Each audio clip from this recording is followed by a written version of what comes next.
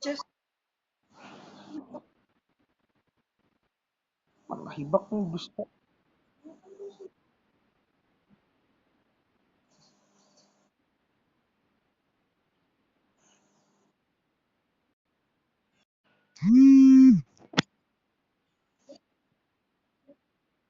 Bahwa kita adalah bagian dari Indonesia. Mungkin itu jawaban dari saya. Saya kembalikan ke moderator. Baik, terima kasih Bapak. Jawabannya sangat luar biasa sekali. Kemudian ada pertanyaan kedua nih Pak. Ya, Ya, baik, mohon izin saya bacakan ya Pak. Assalamualaikum warahmatullahi wabarakatuh. Saya Rini Puspitasari SPD. Halo Ibu Rini. Pengajar sejarah di SMA Negeri 3 Banjarmasin. Pertanyaan ditujukan untuk Bapak Mansur. Pertama, bagaimana organisasi pemuda di Kalimantan Selatan nantinya tidak menjadi cerita masa lalu yang hanya bisa dikenang oleh generasi muda kita selanjutnya. Sedangkan dalam pengajaran di sekolah, pengetahuan tentang sejarah lokal kepemudaan sangat minim sekali. Adakah upaya untuk memasukkan materi ini dalam kurikulum pendidikan di sekolah-sekolah? Pertanyaan yang kedua, mengapa organisasi-organisasi kepemudaan yang bersifat kedaerahan, misalnya Sri Budiman maupun Budi Sejahtera tidak bertahan lama dan cepat bubar? Silakan kepada Bapak untuk menjawab. Oke, yang pertama dulu, kalau kita melihat dari sudut pandang kekinian, tentunya tidak semua hal yang ada di masa lalu itu bisa relevan lagi dengan kondisi yang ada pada saat ini. Yang utama misalnya di dalam upaya bagaimana nasionalisme di generasi muda atau kaum milenial yang ada sekarang. Zaman sudah berbeda, jiwa zaman sudah beranjak ke era-era abad yang baru, gitu ya. Akan tetapi saya rasa juga di sini tidak ada yang tidak mungkin. Artinya nasionalisme itu ditanamkan bukan hanya sekedar jargon, bukan hanya semboyan yang bisa dikatakan atau dikerapkan ke sana kemari tanpa ada langkah-langkah real yang bisa dilakukan. Kalau bagi saya cukup banyak yang bisa direalisasikan oleh pemerintah pada saat ini, terutama misalnya dengan membuat museum pemuda. Kalau kita bandingkan dengan kondisi-kondisi di kota-kota lain, mereka museum sudah sedemikian banyak gitu ya. Sementara di kita sendiri, museum itu yang besar cuma 2, Museum Lampu Mangkurat maupun Museum Divisi 4 Alri. Bagi saya pendirian museum itu yang cukup pertama ya, karena kita bisa melihat langsung bagaimana perjuangan pemuda di masa lalu lewat tinggalan-tinggalan budaya yang sifatnya kebendaan. Hal-hal lain bahwa perjuangan pemuda jangan hanya sampai di tahap hasil penelitian kemudian menjadi publikasi dan akhirnya hilang tanpa diketahui oleh generasi muda. Nah, saya melihat di sini bahwa perlu peran serta dari stakeholder, dari pemerintah, masyarakat maupun kalangan pendidikan untuk bagaimana menjadikan konten-konten sejarah lokal yang walaupun minim itu bisa dijadikan sebagai suplemen dalam pengajaran sejarah lokal. Sejak beberapa tahun yang lalu sudah digagas perlunya buku muatan lokal sejarah Kalimantan Selatan yang walaupun isinya mungkin simpel, tapi bagi saya itu sangat perlu. Karena selama ini kita mulai dari SD, SMP sampai SMA hanya selalu dijejali tentang kepahlawanan, tokoh-tokoh, aksi herois dari Pulau Seberang. Sementara dari Banjar sendiri kita malah minim dengan pengetahuan tentang sejarah daerah kita. Orang lebih mengenal Pangeran Diponegoro dibandingkan Pangeran Antasari ataupun Demang Lehman. Orang lebih mengenal Soekarno misalnya dibandingkan dengan Hasan Basri. Dan Hasan Basri selalu kita lalui menjadi nama jalan dan sebagainya. Orang lebih mengenal 17 Mei itu hanya sebagai stadion sepak bola dibandingkan sebagai peristiwa sejarah momen dikemukakannya proklamasi 17 Mei tahun 1949 sebagai penyatuan Kalimantan ke dalam wilayah Republik Indonesia. Nah, banyak sekali hal-hal yang hanya diketahui secara sepintas tentang sejarah daerah kita. Padahal keberadaan sejarah daerah itulah yang menjadi sejarah nasional. Nah, bagi saya dua hal itu yang mungkin bagi pemangku kebijakan adalah suatu hal yang simple, tapi bagi saya itu sangat perlu. Karena dengan adanya museum, dengan adanya upaya memasukkan muatan-muatan sejarah lokal Kalsel ke dalam kurikulum kita, akan meningkatkan rasa nasionalis tentunya dan membentuk identitas pemuda-pemuda, membentuk identitas anak milenial Banjar itu seperti yang terjadi di masa lalu, walaupun dalam periode sejarah yang berbeda. Kemudian pertanyaan yang kedua, saya lupa tadi Mas moderator. Ya, pertanyaan yang kedua mungkin bisa diulang Mas. Ya, baik, sebentar Bapak, saya bacakan kembali. Ya. Pertanyaan yang kedua, mengapa organisasi-organisasi kepemudaan yang bersifat kedaerahan, misalnya seperti Sri Budiman atau Budi Sejahtera, tidak dapat bertahan lama dan cepat bubarnya, Pak? Ya. Jangan dijawab. Jadi organisasi kedaerahan, saya koreksi tadi, bukan Budi Sejahtera, Budi Sampurna. Jadi Sri Budiman, Budi Sampurna, Indra Buana, dan Syarikat Islam yang paling awal. Kenapa tidak bisa bertahan lama? Karena yang hal pertama bahwa orang-orang yang menjadi pionir, orang-orang yang menjadi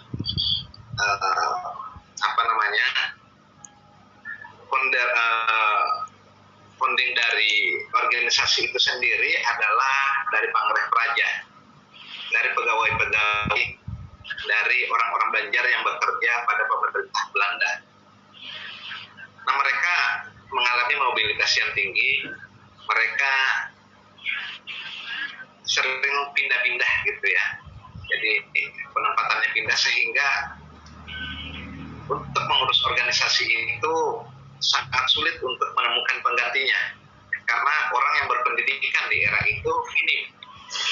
Kalau sekarang semuanya bisa sekolah, kalau dulu yang bisa bersekolah cuma 1 atau 2 orang. Sehingga untuk mencari pengganti dari kalangan terpelajar itu agak sulit, sehingga organisasi-organisasi yang dibentuk karena tidak ada lagi dalam tanda kutip orang pintarnya ya, kalau tidak ada lagi orang terpelajarnya, sehingga kebanyakan hanya dalam jangka waktu 1 atau 2 tahun saja itu sudah bubar. Hal-hal lainnya bahwa pada era itu pemerintah Belanda sangat ketat untuk memberangus organisasi-organisasi yang dicurigai berafiliasi, yang dicurigai memiliki pandangan-pandangan lain, terutama organisasi yang akan memperjuangkan kemerdekaan. Karena itu di dalam ADART-nya selalu diperiksa, kemudian dibuat suatu aturan atau ordonansi untuk mengatur organisasi itu. Sekolah saja, kalau sekolah itu tidak terdaftar di dalam register pemerintah Hindia Belanda era itu, akan dikategorikan sebagai sekolah-sekolah liar, seperti kasus taman siswa yang ada di Jogja maupun taman siswa yang nanti dibuka cabangnya di wilayah Marabahan, Kabupaten Baritokuala. Aturan itu berupa ordonansi sekolah-sekolah liar. Jadi sekolah yang tidak terregister dianggap sekolah liar sehingga bisa dibubarkan. Ini banyak berkat sekolah agama. Karena itulah sibuk juga kok. Ketatnya pemerintah Belanda untuk memberangus organisasi-organisasi yang nantinya dicurigai akan berafiliasi pada organisasi yang ingin merdeka. Gak bisa orang banyak brandnya dibubarkan. Itu hal yang kedua. Kemudian yang hal-hal lainnya bahwa kita berorganisasi saat itu, pemuda berorganisasi itu sifatnya masih kedaerahan, sehingga kebanyakan dari anggota masih pemikirannya masih dalam skala-skala lokal. Jadi pemikirannya belum terbuka untuk bagaimana berafiliasi dengan organisasi di Jawa, sehingga perkembangan organisasi ini mandek. Dan banyak hal-hal yang lain ya, yang menjadi penyebab utama sehingga organisasi tidak bisa bertahan lama. Contoh kasus yang lain, bahwa ada dinamika antar organisasi. Misalnya ketika Budi Utomo yang menerbitkan suatu majalah di tahun 1908, dianggap dalam majalah itu terdapat beberapa konten yang dianggap menghina Nabi Muhammad. Nah, pada era itu Syarikat Islam memprotes dengan membentuk laskar. Kalau tidak salah itu Kanjeng Nabi. Nah, itu sendiri sehingga terjadi suatu dinamika, terjadi suatu dialektika yang sangat intens yang ada pada saat itu, yang menyangkut hubungan antar organisasi sendiri. Jadi pertentangan antar organisasi juga sangat sangat mungkin terjadi. Terutama misalnya di organisasi daerah di Kalsel, mulai dari Sri Budiman, Budi Sampurna, sampai ke nanti ke Syarikat Islam. Akan tetapi seiring dengan perkembangannya nanti, yang lebih eksis juga adalah organisasi-organisasi besar. Seperti nanti akan muncul organisasi Syarikat Islam, organisasi Muhammadiyah yang berawal dari Al-Abiyyo, dan organisasi lain yang secara dasarnya itu cukup kuat. Jadi kebanyakan organisasi yang nantinya berkembang di Banjarmasin, di Kalsel, sampai ke tahun 42 sebelum masuknya Jepang itu, banyak organisasi-organisasi yang sudah permanen, organisasi besar yang sudah memiliki pondok padar, yang sudah memiliki dasar yang kuat yang berasal dari tanah seberang. Oke, mungkin itu saja dari saya kembalikan ke moderator.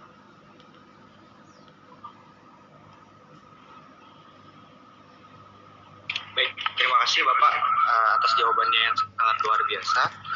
Semoga itu menjawab pertanyaan atau apa yang ditanyakan oleh penanya. Berebuting berarti Inggris Mohon izin Bapak, saya lanjut ke pertanyaan untuk materi kedua. Kepada Kakak Angel, apakah masih bergabung dengan kita? Zahra Angelina. Sudah kedengaran Kak suaranya?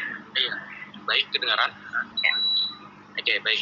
Mohon izin saya akan membacakan ada 2 pertanyaan kepada Kakak selaku pemateri kedua ya Kak. Pertanyaan yang pertama, Assalamualaikum, saya Fahrian Nur. Izin bertanya kepada Zahra Angelina Ismarianti. Bagaimana cara untuk melestarikan dan menjaga kebudayaan bangsa?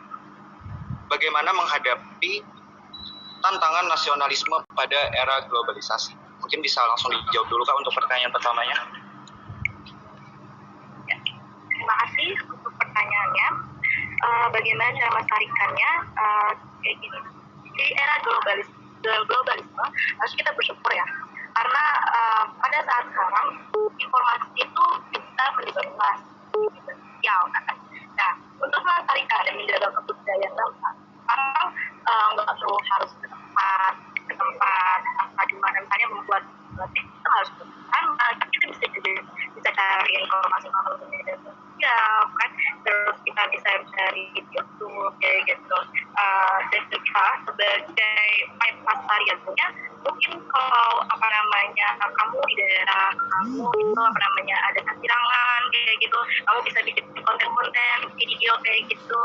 Nah orang-orang jadinya pada lihat kasirangan bagusnya gini gitu. Nah, itu salah satu upaya pelestarian kebudayaan Indonesia.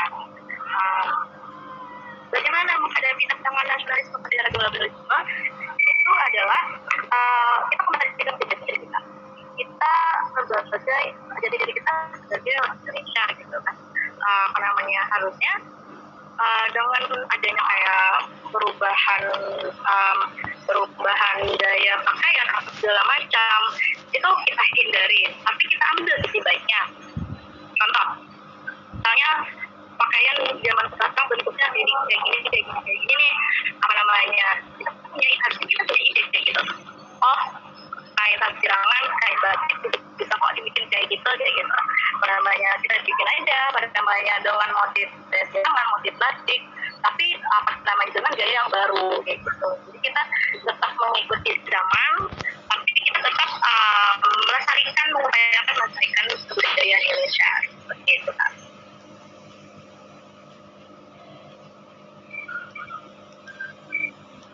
Halo, Kak Zikri.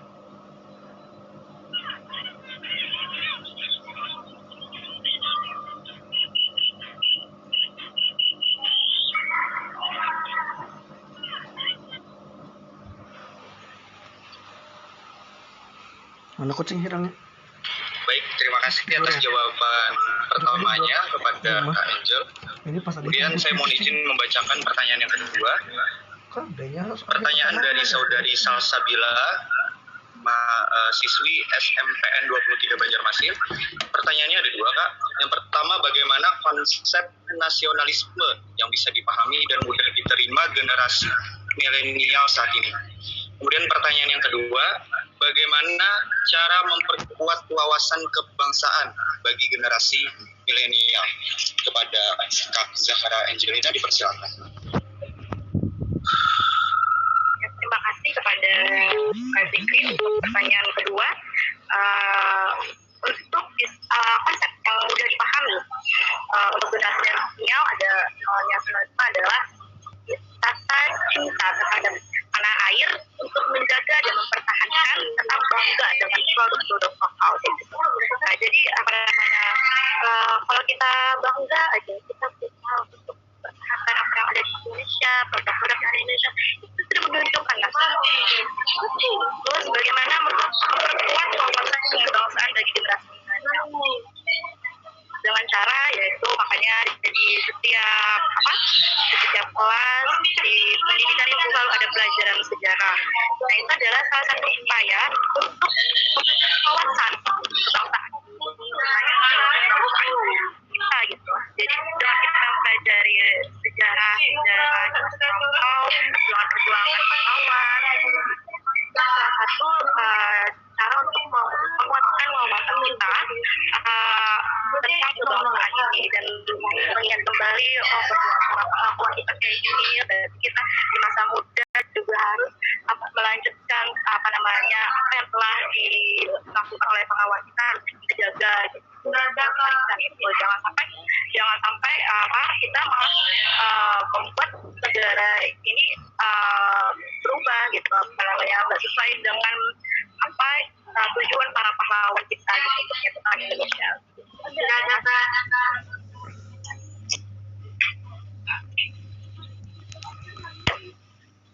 Ada lagi Kak Zikri?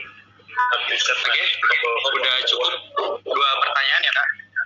Ya, terima kasih Kak Angel sudah menjawab. Mohon izin saya berlanjut ke pemateri kita yang ketiga. Kepada Kanda Rizky, apakah masih bergabung? Masih. Oke, baik. Mohon izin ya Kak, saya akan membacakan pertanyaan kepada Kak Rizky yang disampaikan oleh peserta. Pertanyaan pertama ada dari Muhammad Fitriyandi Pratama dari afiliasi pengajar dan pegiat bahasa Indonesia bagi penutur asing. Izin bertanya kepada Kak Rizky, tolong ceritakan kapan antum merasa berada di titik terendah atau di ambang batas menyerah dan terjatuh, dan bagaimana cara antum bangkit dari keterpurukan di titik terendah tersebut sehingga menjadi kuat seperti sekarang, serta seberapa besar andil keluarga dan kerabat atau sahabat antum. Syukran wa afwan. Silakan kepada Kak Rizky, boleh dijawab. Tafadhol. Oke. Dengan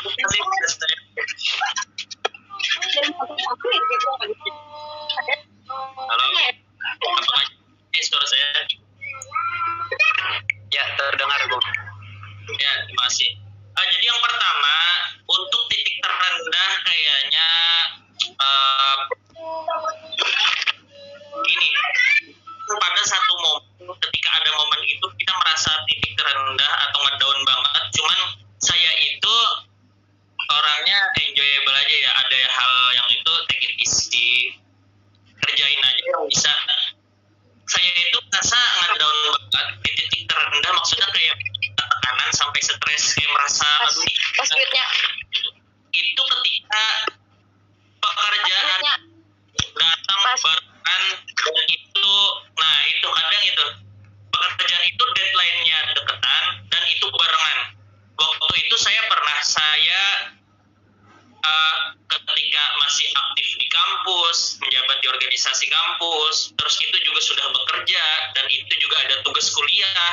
Nah, ketika hal-hal itu datangnya berbarengan, nah kadang itu yang bikin kita down, bikin kita aduh ini gimana nih, kita lagi fokus kerjain ini ternyata kepikiran yang ini. Nah kadang itu yang bikin kita down banget sih. Kalau misalkan dalam satu acara atau satu momen itu membuat kita down banget, kayaknya nggak ada deh. Kayaknya sering pernah stres waktu itu aja, waktu banyak hal datang berbarengan, dan bagaimana mengatasinya itu ketika itu mengatasinya adalah kita membuat skala prioritas ya, seperti yang biasa, skala prioritas dan rincian cara mengerjakannya. Ketika ada tugas kuliah, ini kapan dikumpulnya, tugas organisasi kapan harus diselesaikan, kerjaan kapan harus dikerjakan, mana yang harus terlebih dahulu selesai, itu yang lebih kita dahulukan tanpa mengabaikan yang lainnya juga. Jadi itu yang kita fokuskan harus selesai terlebih dahulu. Nah itu kita harus skala prioritas mana yang harus lebih dulu selesaikan dan menentukan ini ngerjainnya gimana nih. Misalkan kalau kerjain tugas kuliah di pagi kita masih stres dan lain-lain gini, untuk tugas ini sekalian menjawab yang peran keluarga dan sahabat ya. Saya justru kalau misalkan gini, ada beberapa masalah yang bisa kita share ke keluarga, ada beberapa masalah yang justru kalau kita share itu bikin kita mumet. Misalkan tugas kuliah kita share ke keluarga, Bu, misalkan saya bingung nih tugas kuliah, itu justru ibu tuh bisa bikin kita lebih was-was, bisa bikin kita, aduh gimana nih lulusnya ntar nih anakku nih, bisa bikin kita lebih was-was gitu. Jadi ada beberapa hal yang justru masalah itu jangan di-share deh ke teman-teman atau keluarga. Ada juga yang harus di-share juga, seperti kayak misalkan tugas organisasi itu ada yang emang kita tuh nggak bisa sendirian. Itu, nah di situ peran teman, peran anggota kelompok, peran kerabat itu muncul. Ada beberapa hal, misalkan kita kekurangan uang, misalkan kondisi masalahnya waktu itu tekanannya kekurangan uang, baru kita share ke keluarga bisa bantu keuangan. Nah seperti itu. Jadi kita pintar-pintar, yang pertama tadi skala prioritas mana yang harus diselesaikan lebih dulu, dan kita analisis masalahnya. Ini kira-kira bisa kita share atau minta bantuan ke siapa nih, orang tua atau kerabat dan lain-lain. Nah mungkin itu seperti itu ya jawaban dari saya. Terima kasih.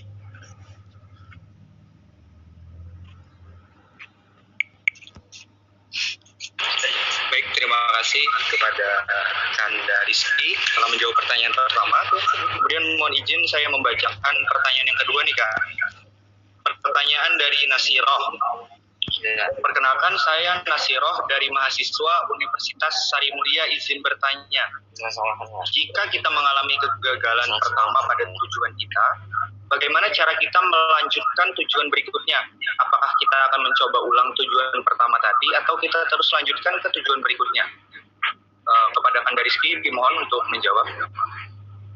Oke, terima kasih. Jadi tentang kegagalan ya, yang harus kita pahami tentang kegagalan itu adalah it's the reality of life. Kegagalan itu adalah realita kehidupan yang ya namanya orang hidup itu pasti pernah gagal gitu. Bahkan ketika kita sedang belajar jalan kaki, ketika kita bayi, gagal dulu kita jatuh. Bahkan saat kecil kita udah belajar itu. Dan apa yang terjadi ketika kita gagal berjalan untuk yang pertama kalinya, dan saat itu kita menyerah untuk belajar berjalan. Mungkin sampai sekarang kita nggak bisa jalan kaki. Nah, yang kita pahami adalah kegagalan itu tentunya pasti pernah dirasakan oleh orang-orang yang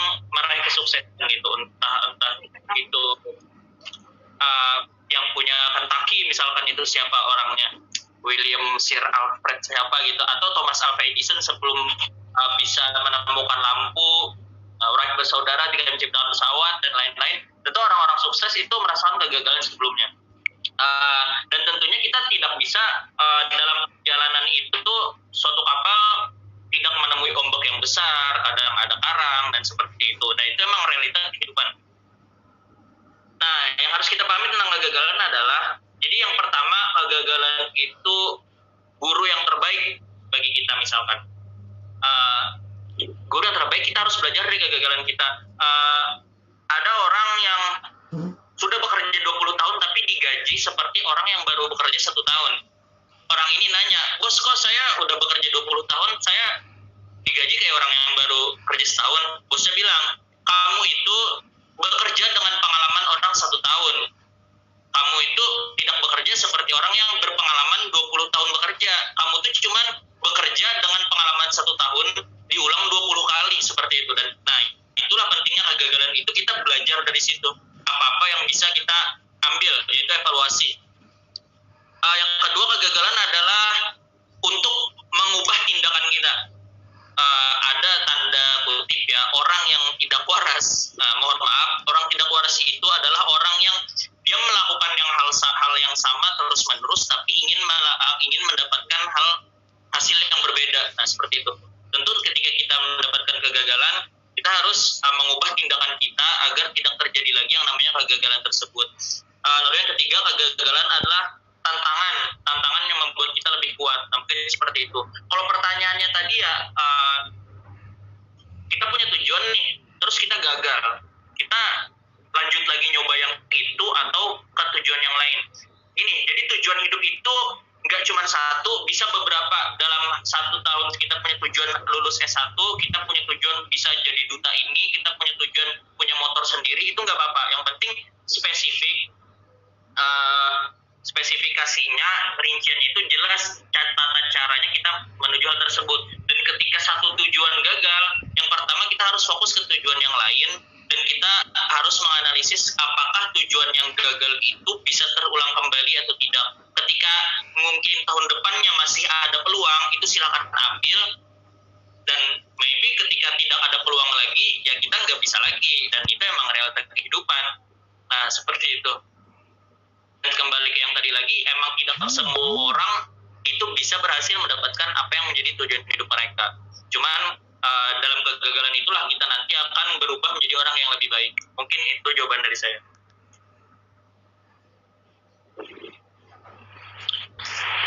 Baik, terima kasih kepada Kang Rizky sudah memberikan jawaban yang sangat luar biasa sekali untuk penanya-penanya kita. Sebelum kita melanjutkan ke sesi pemaparan materi selanjutnya, saya ingin menyampaikan dan mengingatkan kepada teman-teman, para peserta yang ingin bertanya, dipersilakan untuk menyampaikan pertanyaannya. Jangan lupa menyebutkan nama dan kepada siapa pertanyaannya ditujukan untuk 2 pemateri kita selanjutnya. Dan jangan lupa akan ada hadiah lawang atau door prize yang akan diundi dan dibagikan pada akhir webinar. Untuk menyingkat waktu, mari kita sapa untuk pemateri selanjutnya. Apakah Kak Angelita Serlina sudah bergabung di Zoom bersama kita? Oke, Kak Jikri. Iya.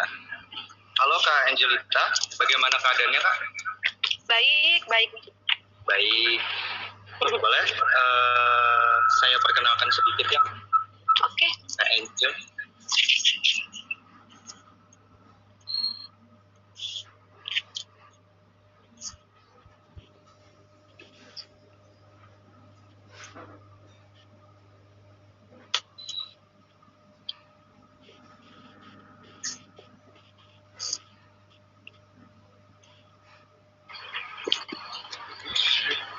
Baik, pembicara kita selanjutnya bernama Angelita Serlina Langwo, biasa dipanggil Angel.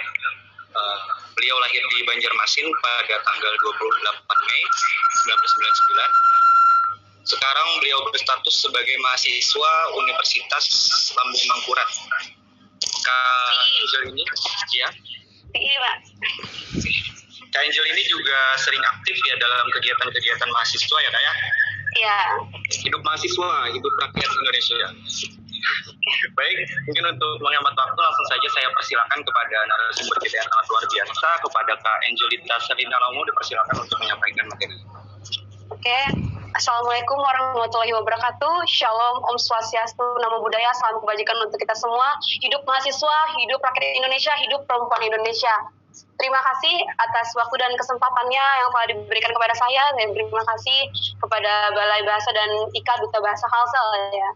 Oke, ini sangat menarik sekali. Saya sangat mengapresiasikan tema yang diangkat dalam webinar 5 kali ini, yaitu membentuk jiwa nasionalis pada generasi penerus bangsa. Mungkin tadi Kak Rizky tadi ada menjelaskan mengenai nasionalis tadi ya. Sini mungkin ada keterkaitan tentang materi saya pada generasi penerus bangsa.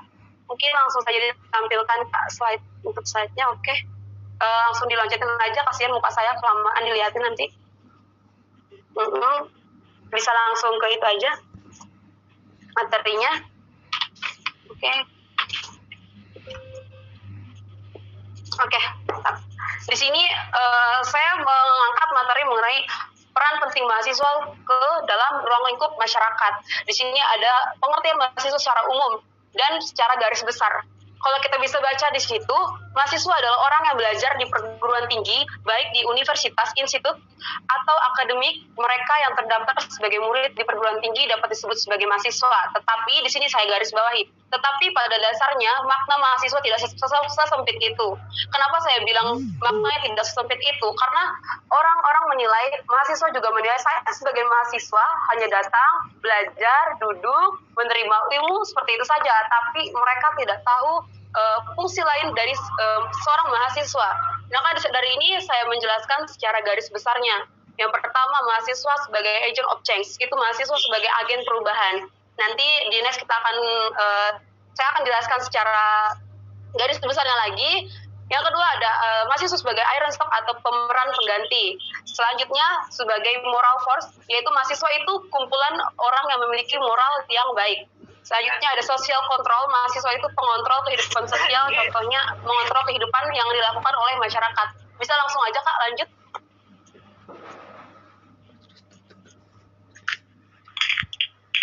Di next aja Kak. Untuk slide-nya.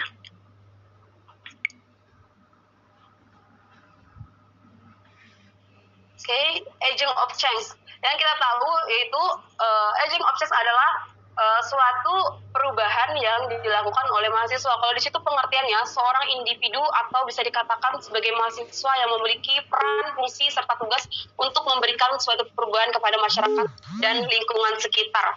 Jadi saya ada mengutip kalimat dari Bung Karno. Bung Karno berkata seperti ini, beri aku 1000 orang tua niscaya akan kucabut Semeru dari akarnya. Beri aku 10 orang pemuda niscaya akan kuguncang dunia. Kita garis besari, 10 orang pemuda akan mengguncang dunia. Begitu pentingnya peran pemuda dalam perubahan yang ada di negeri kita. Maka dari itu Bung Karno berkata seperti itu. Jadi jangan pernah meremehkan kalian para mahasiswa. Kalian para mahasiswa mempunyai peran penting untuk perubahan suatu bangsa dan negara kita. Nah, di Agent of Change ini, di mana kita harus menunjukkan rasa cinta tanah air kita juga. Kalau kita ingin mengalami perubahan di negara kita sendiri, di situ kita harus mempunyai peran aktif kita. Apa yang harus kita lakukan untuk negara kita?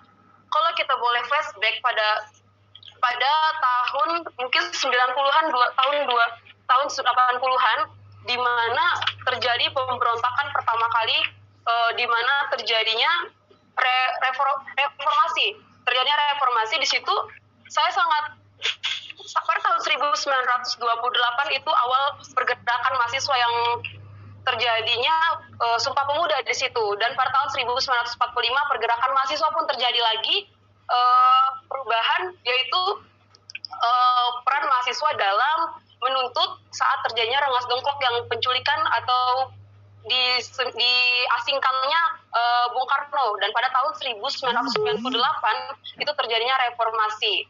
Langsung aja Kak, kita langsung ke slide berikutnya.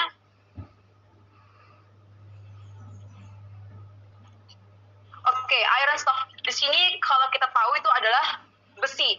Kalau kita besi itu memiliki sifat yang kuat, sifat yang kokoh dan lama akan berkarat ya kan. Nah, tapi dalam jangka waktu yang panjang, sehingga perlu pengganti tentunya kalau saat besi itu sudah mulai rapuh, sudah mulai berkarat. Nah, hal ini sesuai dengan kodrat manusia, di mana manusia lama-kelamaan akan kehilangan fungsinya, seperti kesehatannya, fungsi pola berpikirnya, dan tenaga dan lain sebagainya.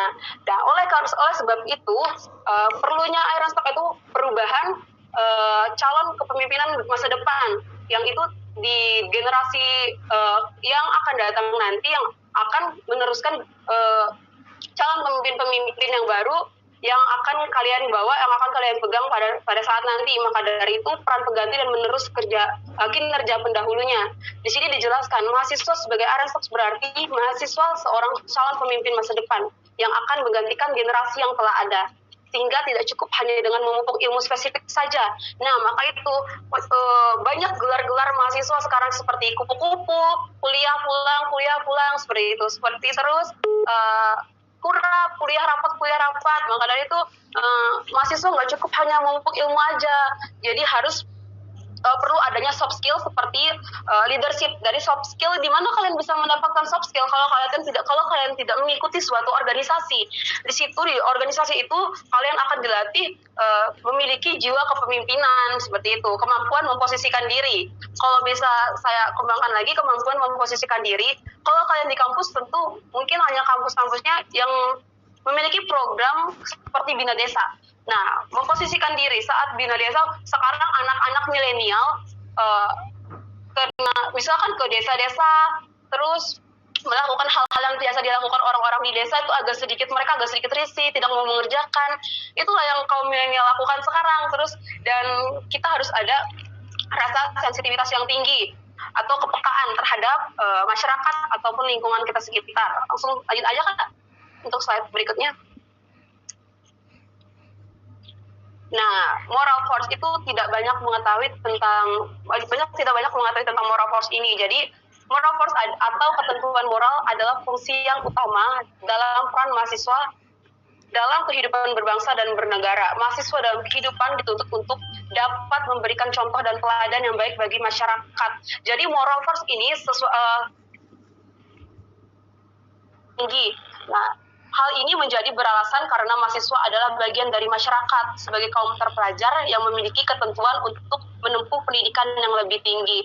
Jadi, mahasiswa juga bagian dari masyarakat, namun ada mempunyai kelebihan, yaitu pendidikan yang lebih tinggi. Maka dari itu, bagaimana cara kita membawa diri kita sebagai mahasiswa ke dalam ranah masyarakat, sehingga masyarakat itu tidak mengubah pola pikirnya yang menilai mahasiswa itu seperti ini. Jadi kita harus meningkatkan moral kita. Bagaimana cara kita bertemu di ruang lingkup masyarakat tersebut, kita bertemu dengan orang-orang di luar sana. Jadi sehingga mahasiswa itu tidak kehilangan citranya sebagai mahasiswa. Karena sekarang saya boleh katakan masyarakat menilai mahasiswa itu buruk. Apalagi mahasiswa yang sedang memperjuangkan aspirasi masyarakatnya. Itu beberapa masyarakat risih dan tidak suka. Dari itu, sebenarnya tidak semua mahasiswa yang bisa dinilai kayak seperti anarkis dan lain sebagainya, hanya oknum-oknum tertentu saja. Maka dari itu, saya sebagai mahasiswa pun mengajak teman-teman semua, kita tingkatkan lagi moral kita, cara kita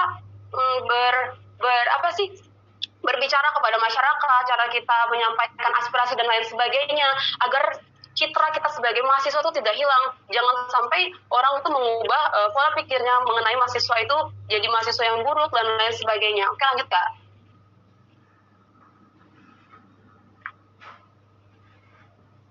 Di sini ada social control.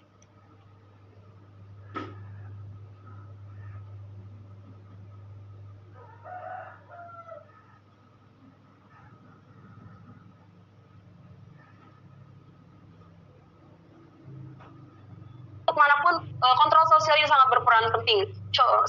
Saya bacakan, social control atau kontrol sosial merupakan peran mahasiswa dalam mengontrol kehidupan dalam bermasyarakat untuk mencegah terjadinya penyimpangan serta mengarahkan individu anggota masyarakat untuk bertindak sesuai arti norma dan makna nilai sosial yang sudah ada dan terlembaga dalam masyarakat. Penyimpangan banyak terjadi di lingkungan kita, di sekitar kita. Bagaimana peran mahasiswa dalam social control tersebut? Jadi seperti ini, saya berikan gambar atau contoh ya. Kita melihat seorang pengemis, kita hanya menilai dia pengemis. Oh, dia tuh kayak gini, kayak gitu. Kita melihat tindakan kriminalitas atau pencurian dan lain sebagainya. Jadi peran kita sebagai kontrol sosial, kita harus tahu apa penyebab mereka mencuri, apa penyebab mereka meminta-minta. Pasti ada sesuatu yang mereka anggap penting yang mereka harus lakukan hal tersebut. Jadi itulah peran mahasiswa. Kita tidak bisa langsung menangkap, menelan saja apa yang kita lihat, tapi kita harus mengkaji dulu apa sih yang mereka lakukan, apa yang membuat mereka melakukan hal tersebut. Jadi itu menghilangkan pemikiran-pemikiran mahasiswa yang seringkali berpikir negatif terhadap orang-orang di luar sana. Seperti itu. Jadi lanjut aja Kak untuk next.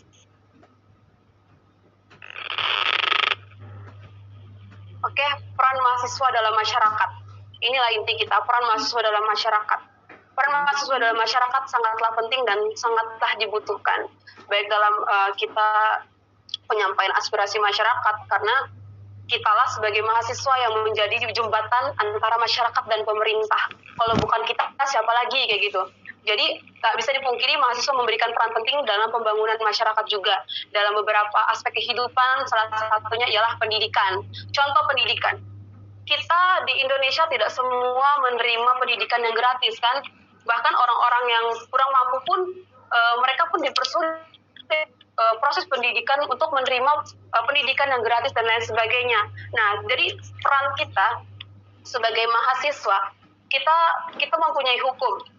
Di situ kita bisa melihat bagaimana kadang ada ketidakadilan yang terjadi di pemerintah kita.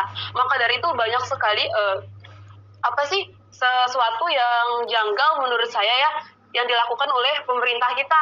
Contohnya dalam ini tadi yang saya tuliskan di sini, dalam pendidikan, mahasiswa dapat mengambil andil krusial dalam terwujudnya kondisi akademis yang di bawah wilayah kemasyarakatan. Nah, di situ peran mahasiswa sangatlah penting dalam mengkaji hal-hal tersebut. Jadi jangan hanya kita melihat kayak pendidikan di Indonesia kayak gini, mereka yang kurang mampu tidak mendapatkan, tapi tidak ada tindakan nyata dari seorang mahasiswa. Jadi kalimat agent objektif itu tidak patut bersandar di bahu kalian apabila kalian tidak memperjuangkan aspirasi tersebut. Jadi jangan bilang kalian adalah seseorang yang mampu merubah dunia, seseorang yang mampu bersaing dan lain sebagainya, tapi kalian tidak bisa membuktikan hal tersebut. Kalian bisa hanya menggeram via media sosial, mengkritik dan lain sebagainya, tapi tidak ada tindakan nyata dari kalian, itu percuma saja. Itu menurut saya seperti itu. Dan sekarang mahasiswa dinilai sebagai musuh bagi negaranya sendiri.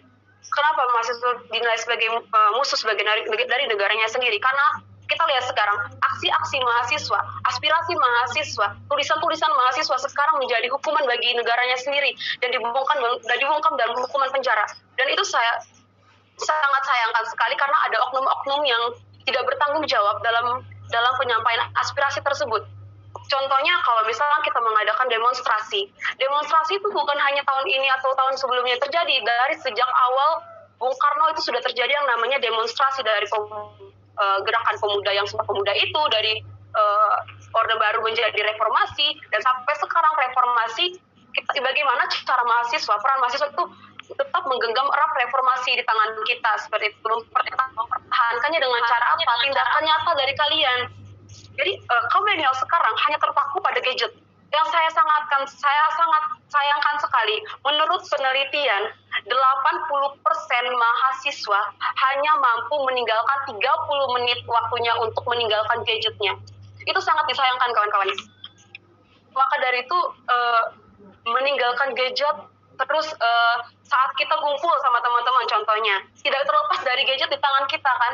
Jadi cobalah kalian belajar juga bagaimana kalau saat kalian ngumpul sama teman-teman, hilangkanlah dulu gadget kalian dari tangan kalian. Coba dulu ngumpul dengan kawan-kawan tanpa memegang aplikasi apapun itu, karena ya saya tidak mau bilang kalau gadget itu tidak penting, namun di kaum milenial sekarang banyak sekali penyalahgunaan, terlebih di dalam aplikasi-aplikasi di dalam gadget tersebut. Nah, dan itulah yang menghilangkan rasa cinta tanah air kita juga. Dan saya sangat menyayangkan saat kita melakukan demonstrasi, ada orang-orang yang datang hanya untuk eksistensi saja. Foto, selfie, pulang, upload Instagram, sudah. Jadi tujuan kalian datang itu untuk apa?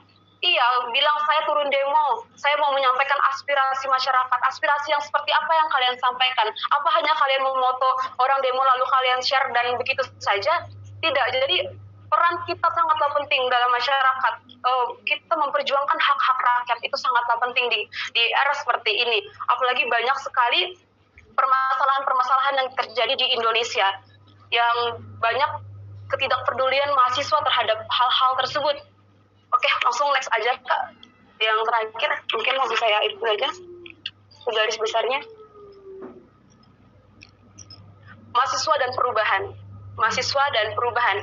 Peran sentral perjuangan sebagai kaum intelektualitas mudah memberi banyak sinar harapan untuk bisa memperbaiki dan memberi perubahan-perubahan positif di negeri ini. Tidak dipungkiri bahwa perubahan memang tidak bisa dipisahkan dan telah terjadi sinkronisasi yang mendarah daging dari tubuh jiwa para mahasiswa, karena perubahan yang dilakukan oleh mahasiswa ialah kesejahteraan masyarakat. Apa yang dimaksud? Maksudnya karena yang mendarah daging tersebut adalah jiwa-jiwa kalian yang mageran, yang tidak mau melakukan perubahan. Mahasiswa dan perubahan itu sudah saling berpegangan kayak gitu loh. Jadi untuk jiwa-jiwa kalian yang mudah mageran itu dihilangkan dulu untuk zaman-zaman sekarang, kawan-kawan. Kalau dinilai kaum milenial jangan cuman kaum yang perubahan aja, jangan kaum perubahan dengan menggunakan gadget kalian. Lakukanlah perubahan untuk negara kalian sendiri, untuk negeri kalian sendiri. Perjuangkanlah hak-hak rakyat, perjuangkanlah hak-hak kalian. Kita tidak banyak yang berkata, iya, kan mereka juga yang merasakan. Tidak, kawan-kawan. Jadi, kalau kita tidak memanfaatkan status kita sebagai mahasiswa dan perubahan ini, yang berdampak bukan di diri kita saja, tapi ke anak cucu kita. Apa yang terjadi di masa depan, jangan hanya dilihat di sekarang saja. Apa yang terjadi di 2 tahun, 5 tahun kemudian, saat pergantian dan lain sebagainya. Jadi itu yang sangat harus diperhatikan dari kita para mahasiswa dalam perubahan yang ada. Ini juga bersangkut paut dengan aging of change tadi yang saya bilang. Oke, lanjut Kak.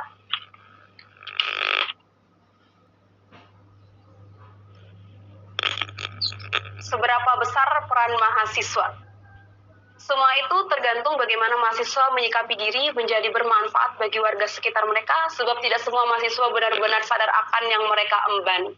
Nah ini, tidak semua mahasiswa benar-benar sadar apa yang mereka emban. Bahkan tidak semua mahasiswa juga mengetahui apa peran penting mereka bagi perubahan, bagi negara dia sendiri.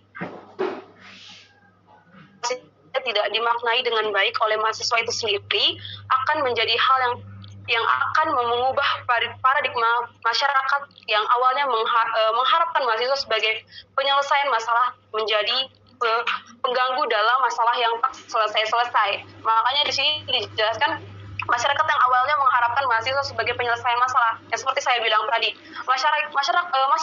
mahasiswa itu sebagai penjembatanan antara masyarakat dan pemerintah. Maka dari itu peran kita tuh sangatlah penting. Di sini jangan sampai kita menghilangkan pemikiran mereka. Saya bilang tadi, awalnya mereka mengharapkan mahasiswa sebagai penyelesaian masalah, tapi malah sebaliknya. Di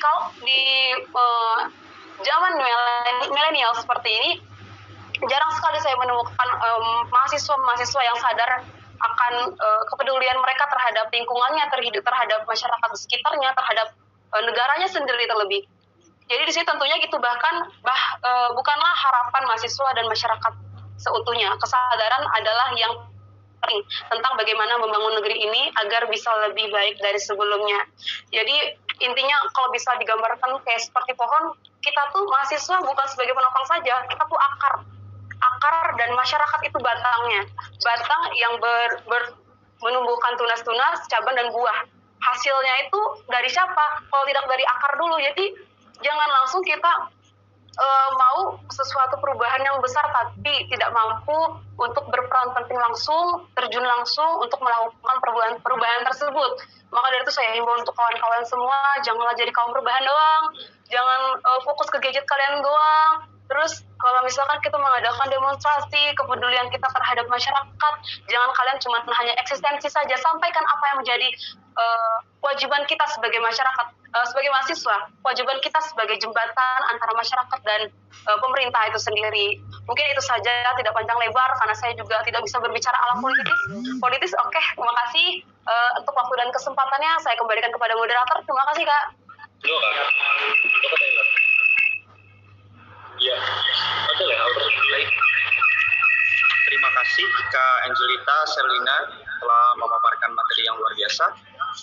Hidup mahasiswa, hidup rakyat Indonesia ya Kak ya. Semoga bangsa kita, mahasiswa kita semakin maju lagi ke depannya dan semakin tidak apatis, semakin memperhatikan kondisi negara, kondisi lingkungan, kondisi masyarakat dan sebagainya. Baik, untuk menyingkat waktu akan saya persilakan kembali kepada pemateri kita yang terakhir pada hari ini. Kan tetapi sebelum itu saya ingin mengingatkan kepada para peserta, jika ingin bertanya dipersilakan untuk menyebutkan nama dan pertanyaannya ditujukan kepada siapa dan bisa ditulis di ruang chat yang telah disediakan di Zoom ini.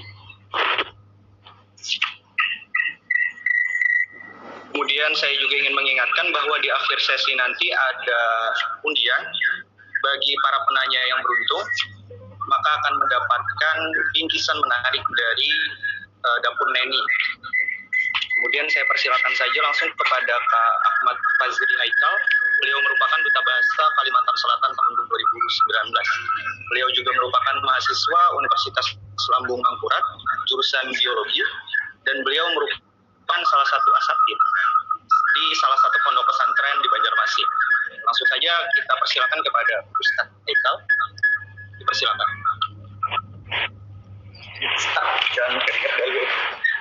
Ya, terima kasih kepada Cikri Ramadanur sebagai moderator pada hari ini. Bismillahirrahmanirrahim. Assalamualaikum warahmatullahi wabarakatuh. Selamat pagi menjelang siang. Om Swastiastu, Salam Nama Budaya.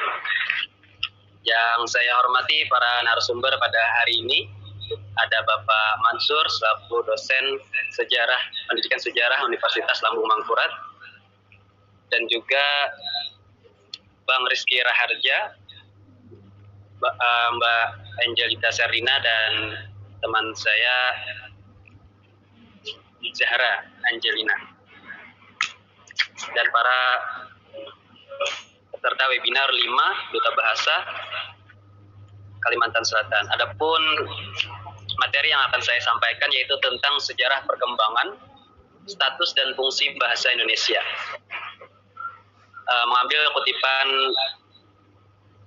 dari Bung Karno yaitu jas merah. Jangan sekali-kali meninggalkan sejarah. Jangan pernah kita melupakan tentang sejarah.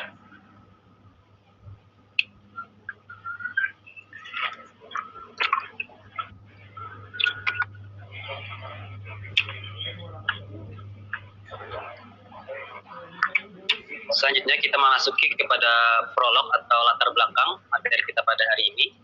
Yang pertama yaitu bahasa apa yang menjadi akar bahasa Indonesia dan apa itu bahasa apa saja yang Anda kuasai.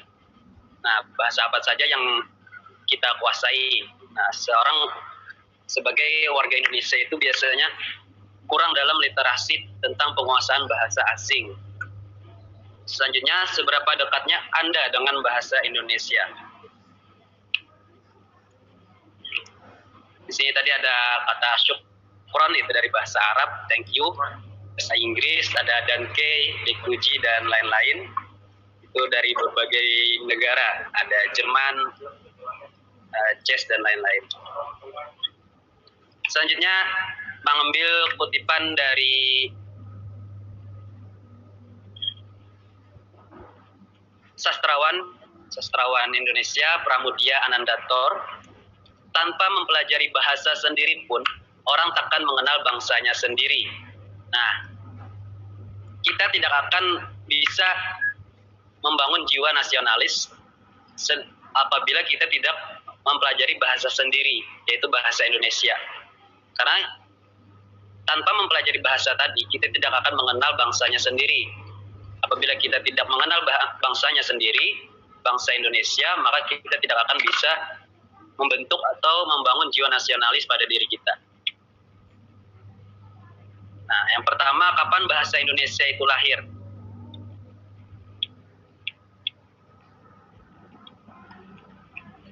Ingatkah Anda dengan pernyataan ini, yaitu dengan Sumpah Pemuda pada 28 Oktober, yang mana bunyinya sebagai berikut: kami putra dan putri Indonesia mengaku bertumpah darah satu, tanah air Indonesia. Kami putra dan putri Indonesia mengaku berbangsa satu, bangsa Indonesia. Kami putra dan putri Indonesia menjunjung bahasa persatuan, bahasa Indonesia. Bahasa Indonesia dinyatakan lahir pada 28 Oktober 1928, yang mana bertepatan dengan Sumpah Pemuda.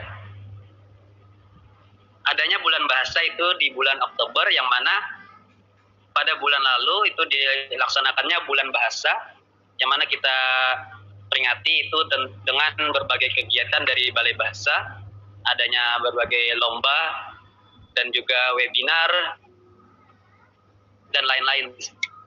Dan juga awalnya bahasa Indonesia itu berasal dari bahasa Melayu, serumpun dengan Malaysia.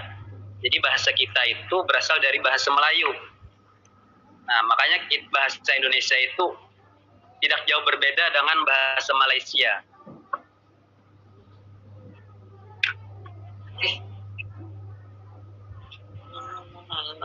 Selanjutnya, bahasa Melayu pada zaman Kerajaan Sriwijaya. Bahasa Melayu itu berfungsi sebagai bahasa kebudayaan, yaitu bahasa buku-buku yang berisi aturan-aturan hidup dan sastra. Nah, jadi pada zaman dahulu itu, aturan-aturan itu dan juga sastra pada zaman dahulu itu menggunakan bahasa Melayu.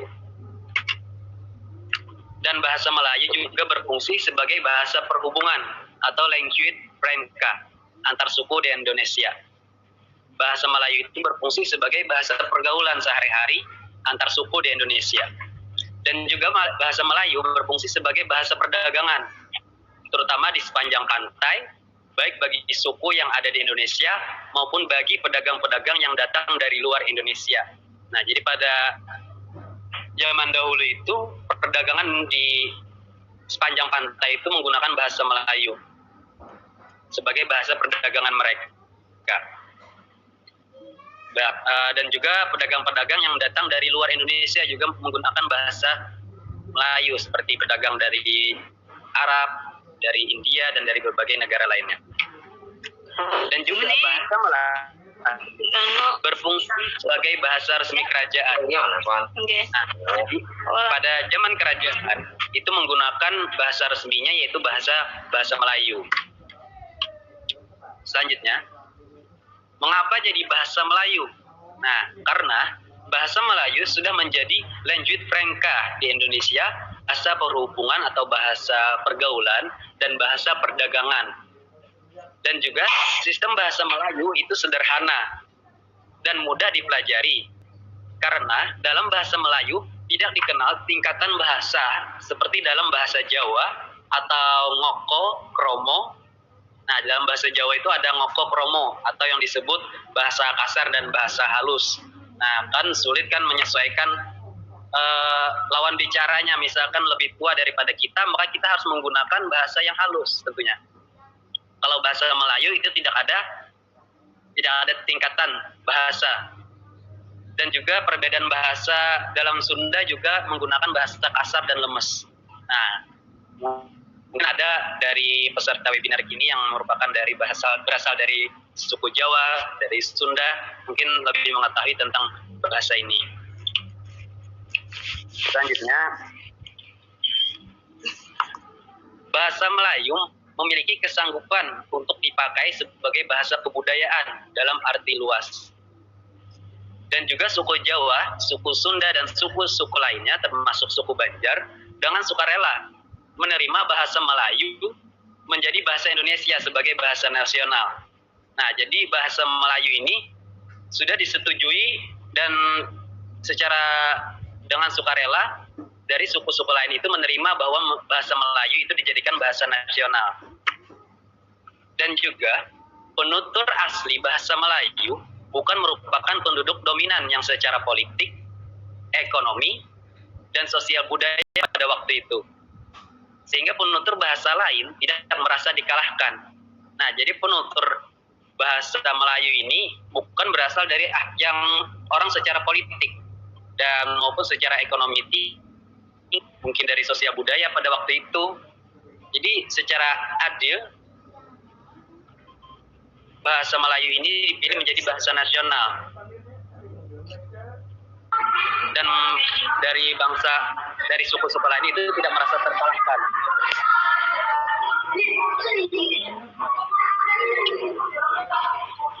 Nah, bahasa Melayu masih berkerabat.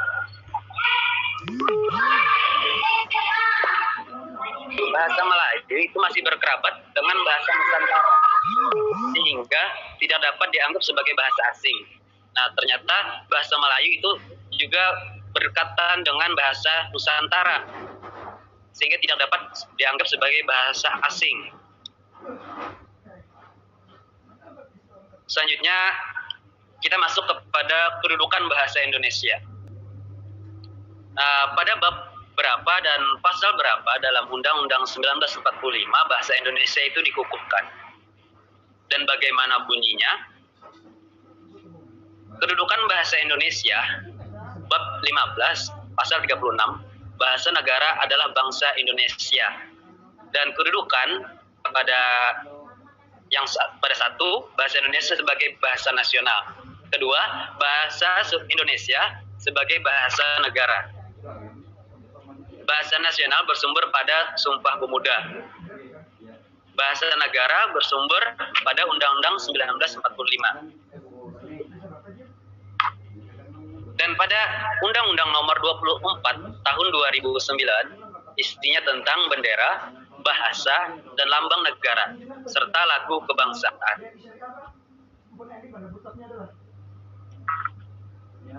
Bahasa Indonesia sebagai bahasa resmi yang terdapat pada pasal 25 ayat 3, bahasa Indonesia sebagai bahasa resmi negara sebagaimana dimaksud pada ayat 1, berfungsi sebagai bahasa resmi kenegaraan, pengantar pendidikan, komunikasi tingkat nasional, pengembangan kebudayaan nasional, transaksi, dan dokumentasi niaga, serta sarana pengembangan dan pemanfaatan ilmu pengetahuan teknologi, seni, dan bahasa media massa. Penggunaan bahasa Indonesia tulis 1, pasal 31 ayat 1, bahasa Indonesia itu wajib digunakan dalam nota kesepahaman atau perjanjian yang melibatkan lembaga negara, instansi pemerintah Republik Indonesia, lembaga swasta Indonesia, atau perseorangan warga negara Indonesia. Nah, ayat 2, nota kesepahaman atau perjanjian sebagaimana dimaksud pada ayat 1 yang melibatkan pihak asing ditulis juga dalam bahasa nasional. Pihak asing tersebut dan atau bahasa Inggris. Selanjutnya penggunaan bahasa Indonesia tulis 2. Nah, pasal 34, bahasa Indonesia wajib digunakan dalam laporan setiap lembaga atau perseorangan kepada instansi pemerintahan. Nah, jadi setiap laporan, setiap lembaga, contohnya dari laporan misalkan dari keuangan, dari misalkan dari lembaga yang tertentu, itu wajib menggunakan bahasa Indonesia kepada instansi pemerintahan. Selanjutnya penggunaan bahasa Indonesia tulis 3, pasal 35 ayat 1, bahasa Indonesia wajib digunakan dalam penulisan karya ilmiah dan publikasi karya ilmiah di Indonesia. Nah, jadi contohnya seperti skripsi, tesis, dan lain-lain itu wajib menggunakan bahasa Indonesia.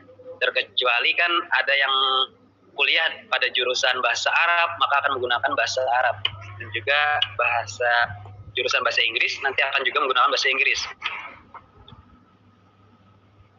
Selanjutnya, penggunaan bahasa Indonesia tulis dan lisan. Pasal 33 ayat 1. Bahasa Indonesia wajib digunakan dalam komunikasi resmi di lingkungan kerja pemerintah dan swasta. Nah, misalkan kita melakukan seminar komunikasi resmi di lingkungan kerja pemerintah dan swasta, itu wajib menggunakan bahasa Indonesia.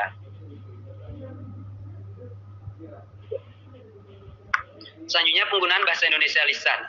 Pasal 32 ayat 1. Bahasa Indonesia itu wajib digunakan dalam forum yang bersifat atau forum yang bersifat internasional di Indonesia. Ayat 2. Bahasa Indonesia dapat digunakan dalam forum yang bersifat internasional di luar negeri. Nah, jadi dalam kegiatan acara luar negeri itu juga kita dapat menggunakan bahasa Indonesia. Fungsi bahasa Indonesia berdasar kedudukannya. Bahasa Indonesia sebagai bahasa nasional berfungsi yang pertama sebagai lambang kebanggaan nasional, lambang identitas nasional, alat pemersatu berbagai masyarakat yang berbeda, latar sosial, budaya, dan bahasa. Selanjutnya sebagai alat perhubungan antar budaya dan antar daerah.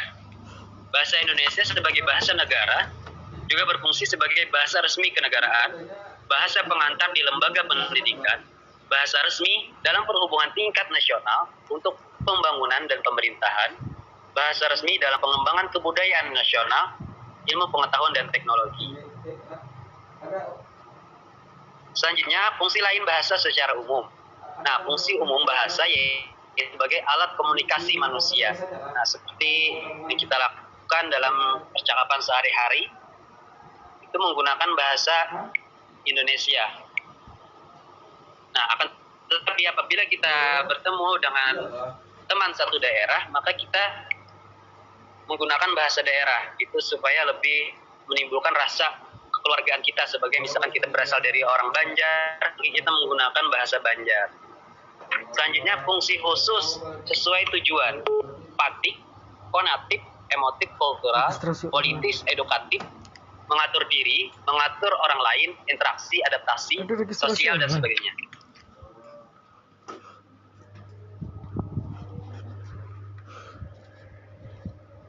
Selanjutnya, ragam bahasa Indonesia.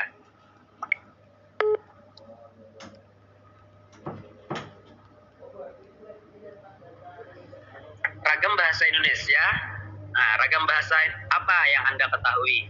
Nah, ragam bahasa Indonesia itu ada yang berdasarkan waktu, media, situasi, bidang atau tema, dan daerah. Dan juga ada berdasarkan waktu, itu meliputi ragam Indonesia lama, ragam Indonesia baru. Ragam bahasa Indonesia lama itu dipakai sejak zaman Kerajaan Sriwijaya sampai dengan saat dicetuskan Sumpah Pemuda. Nah, ciri ragam Indonesia lama ini masih dipengaruhi oleh bahasa Melayu. Nah, jadi ragam Indonesia lama ini masih ada campuran bahasanya dengan bahasa Melayu. Dan juga ragam Indonesia baru. Ragam bahasa Indonesia baru ini, penggunaan ragam bahasa Indonesia di bahasa baru dimulai sejak dicetuskannya Sumpah Pemuda pada 28 Oktober 1982 sampai dengan saat ini melalui pertumbuhan dan perkembangan bahasa yang beriringan dengan pertumbuhan dan perkembangan bangsa Indonesia. Nah, jadi ragam bahasa Indonesia baru itu akan menyesuaikan perkembangan dan juga pertumbuhan bangsa Indonesia tersebut. Sudah belikan. Selanjutnya, ragam berdasarkan media. Nah, berdasarkan media itu terdapat ragam lisan dan ragam tulis. Ragam bahasa Indonesia lisan merupakan ragam bahasa yang diungkapkan melalui media lisan terkait oleh ruang dan waktu, sehingga situasi pengungkapan ekspresif di mana mimik, intonasi, dan gerakan tubuh dapat bercampur menjadi satu untuk mendukung komunikasi yang dilakukan. Dan juga ragam bahasa tulis merupakan ragam bahasa yang pemakaiannya melalui media tulis. Nah, tidak terkait ruang dan waktu, sehingga diperlukan kelengkapan struktur agar dapat dipahami dengan mudah dan benar. Ragam bahasa ditulis memiliki kaidah yang baku dan teratur seperti tata cara penulisan, Sarapan kata Ra. tata bahasa, kosakata, kalimat, dan lain-lain. Nah, kalau ragam lisan tadi kan kita menyesuaikan dengan tempat dan waktu kita Sudah makan iwak berbicara. gorengan. Dan ragam tulis Lanjut tadi. itu bersifat media Sebelum tulis. aja kata dia. Nah, jadi tidak terkait dengan ruang dan waktu, sehingga diperlukan kelengkapan struktur.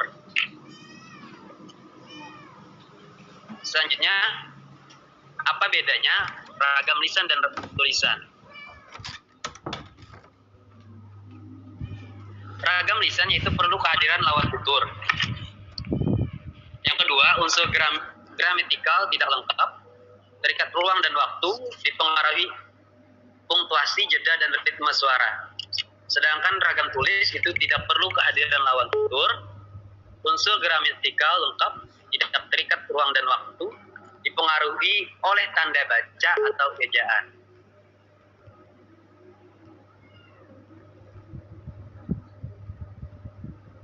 Akhir.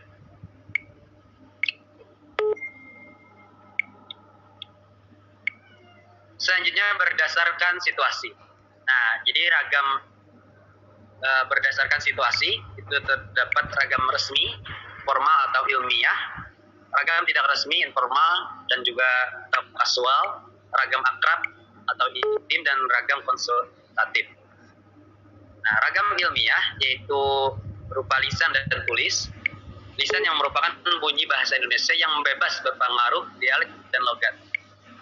Dan tulis merupakan digunakan untuk keperluan ilmiah dan juga atau akademik, diatur oleh aturan ilmiah, meliputi ejaan, diksi, kalimat, dan tata tulis baku. Ragam non ilmiah meliputi lisan dan tulis. Lisan berupa percakapan keseharian yang bebas aturan. Tulis yaitu untuk keperluan non ilmiah seperti pribadi, keluarga, dan sosial. Tidak ada aturan ilmiah yang mengikat. Nah, selanjutnya simak dan lakukan berbahasa Indonesia yang baik dan benar. Nah, walaupun saya sendiri berbahasa Indonesia baik dan benar, kita akan berusaha untuk mencapai menggunakan penggunaan bahasa yang baik dan benar. Nah, bahasa Indonesia baik itu nilai rasa tepat sesuai konteks situasi pemakaiannya, dan juga benar itu menerapkan kaidah dengan konsisten. Nah, jadi mari kita sama-sama mengharumkan bangsa Indonesia dengan memperbaiki bahasa-bahasa yang kita gunakan. Karena bahasa Indonesia merupakan citra dari bangsa Indonesia itu sendiri. Nah, jadi apabila kita menggunakan bahasa Indonesia yang baik dan benar, itu kita sudah mengharumkan citra diri bangsa Indonesia. Nah, selanjutnya Trigatra bangun bahasa. Yang pertama, utamakan bahasa Indonesia, lestarikan bahasa daerah, dan juga kuasai bahasa asing. Salam literasi, berbahasa untuk Indonesia sehat. Bangga berbahasa Indonesia.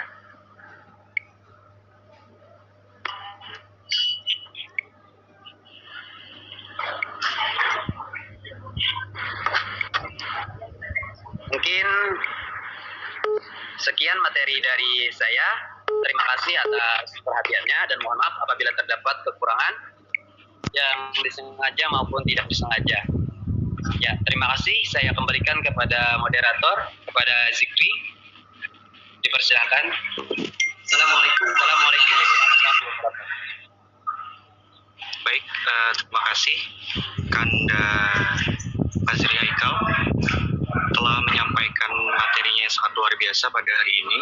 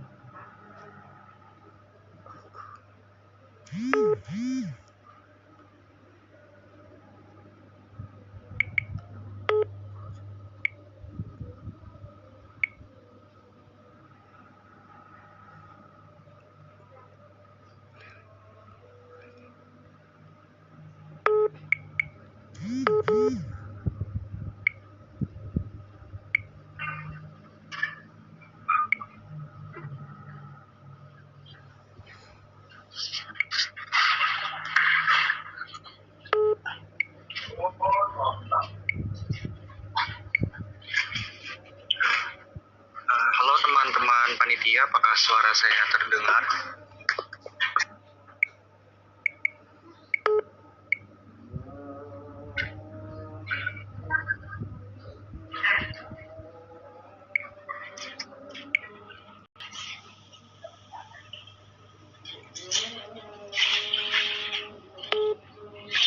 Oke, baik. Kemudian kita masuk kembali kepada sesi tanya jawab. Untuk pertanyaan kepada Tiara, Ibu Suwarti. Kanda Fajri Haikal, karena kepada pertanyaan untuk Angel kemungkinan ada kendala sehingga harus kita lewati terlebih dahulu. Bapak, Kepada Kak Fajri Haikal, apakah masih bersama kita di Zoom? tutup.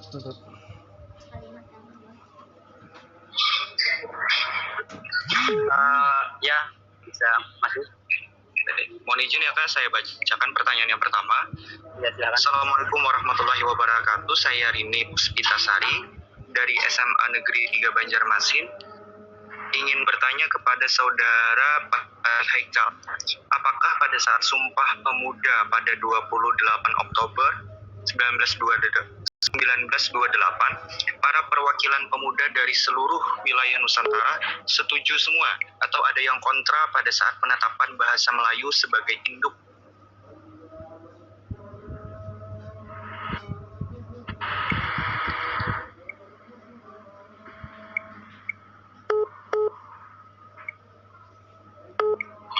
Mohon maaf Kak Fajri Haikal, tadi ada kendala jaringan ya. Saya bacakan ulang ya Kak. Silakan. Pertanyaan yang pertama, apakah pada saat Sumpah Pemuda pada 28 Oktober 1928, para perwakilan pemuda dari seluruh wilayah Nusantara setuju semua atau ada yang kontra pada saat penetapan bahasa Melayu sebagai induk dari bahasa Indonesia?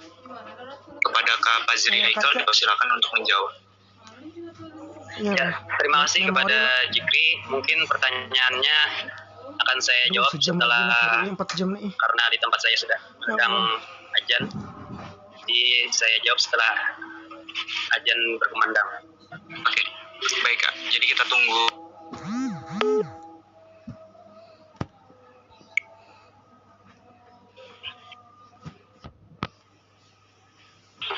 Bagus lah, nunggu ajan. Nyaring bener ajan nih.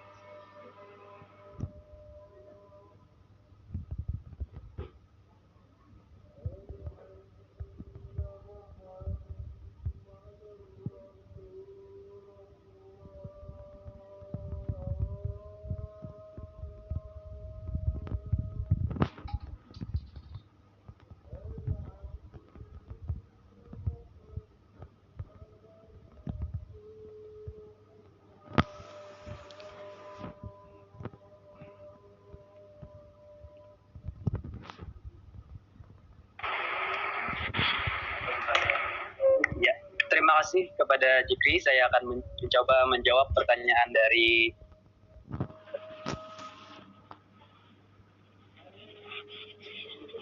Ririn Puspitawati. Yang mana pertanyaannya, apakah pada saat Sumpah Pemuda pada 1928, para perwakilan pemuda dari seluruh wilayah Nusantara setuju semua atau ada yang kontra pada saat penetapan bahasa Melayu sebagai induk dari bahasa Indonesia? Nah, jadi menurut saya kita adalah negara yang demokrasi, tentunya kita akan mengambil suara terbanyak. Nah, suara terbanyak dari suku dikumpulkan dari berbagai wilayah Nusantara, dan yang mungkin suara yang terbanyak yaitu dengan menggunakan bahasa Melayu. Nah, mengapa jadi bahasa Melayu itu tadi digunakan luas di Indonesia? Karena bahasa Melayu diangkat menjadi bahasa persatuan Indonesia itu melalui peristiwa Sumpah Pemuda tadi. Nah, secara historis, yang membuat bahasa Melayu yang menjadi bahasa Indonesia bukanlah karena bahasa Melayu itu banyak dipakai, namun bahasa Melayu itu dianggap sebagai bahasa pengantar yang diresmikan pada 18 Agustus 1945 pada saat peresmian Konstitusi Indonesia. Nah, yang mana awalnya pemerintahan kolonial Hindia Belanda menyadari bahwa bahasa Melayu dapat dipakai untuk membantu administrasi bagi kalangan pegawai pribumi, karena penguasaan bahasa Belanda para pegawai pribumi dinilai lemah. Nah, seperti itu. Jadi bahasa Melayu itu digunakan oleh kolonial Belanda, oleh pegawai pribumi, karena tadi penguasaan bahasa Belanda para pegawai pribumi itu dinilai rendah. Dengan menyandarkan diri bahasa Melayu tinggi, sejumlah sarjana Belanda mulai terlibat dalam standarisasi bahasa. Promosi bahasa Melayu pun dilakukan di sekolah-sekolah dan didukung dengan penerbitan karya sastra dalam bahasa Melayu. Nah, selanjutnya ada 4 faktor yang menyebabkan bahasa Melayu itu diangkat menjadi bahasa Indonesia. Nah, yang pertama yaitu bahasa Melayu sudah merupakan lanjut prenka di Indonesia atau bahasa pergaulan, dan juga bahasa perhubungan dan juga bahasa perdagangan tadi. Dan selanjutnya sistem bahasa Melayu itu sederhana. Nah, mudah dipelajari karena dalam bahasa Melayu tidak dikenal tingkatan bahasa tadi. Dan juga seperti yang kita jelaskan yang tadi, yaitu suku Jawa, suku Sunda, dan suku yang lain-lain juga menyetujui kalau bahasa Melayu itu dijadikan bahasa nasional sebagai bahasa Indonesia. Dan juga bahasa Melayu juga mempunyai kesanggupan untuk dipakai sebagai bahasa kebudayaan dalam arti yang luas. Nah, itu jawaban menurut saya. Ya, mungkin itu jawaban dari saya. Terima kasih kepada penanya. Dan saya kembalikan kepada moderator, Jikri Rahmadanu. Terima kasih. Baik, terima kasih Anda Pak Ziri Haikal. Sangat menjawab sekali. Kemudian saya mohon izin untuk membacakan pertanyaan yang kedua. Pertanyaan dari Saudari Meli Alvina, mahasiswi Poltekkes Kemenkes Banjarmasin. Pertanyaannya, dalam kesempatan ini saya izin mau bertanya di keadaan seperti ini, kira-kira sebagai pemuda apa yang harus dilakukan agar bisa menyadarkan masyarakat untuk bersama-sama memajukan daerah dengan menumbuhkan jiwa nasionalisme. Terkadang kita memanfaatkan media sosial untuk mengkampanyekan itu. Tapi kalau dilihat sekarang ini, kampanye terkait kepemudaan yang menarik itu pada saat ada aksi yang ramai berkaitan pada isu nasional. Sedangkan isu dalam daerah sendiri hampir tidak digubris sama sekali oleh masyarakat umum. Mungkin pertanyaan ini bisa dijawab oleh Pak Mansur. Mungkin pertanyaan ini bisa dijawab oleh Kak Fazri Haikal. Kepada Kak Fazri Haikal, dipersilakan.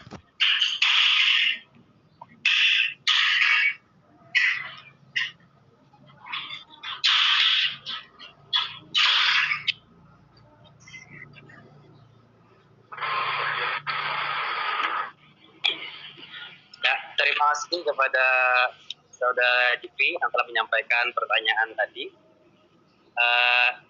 Tadi pertanyaannya tentang dari Meli Alpina.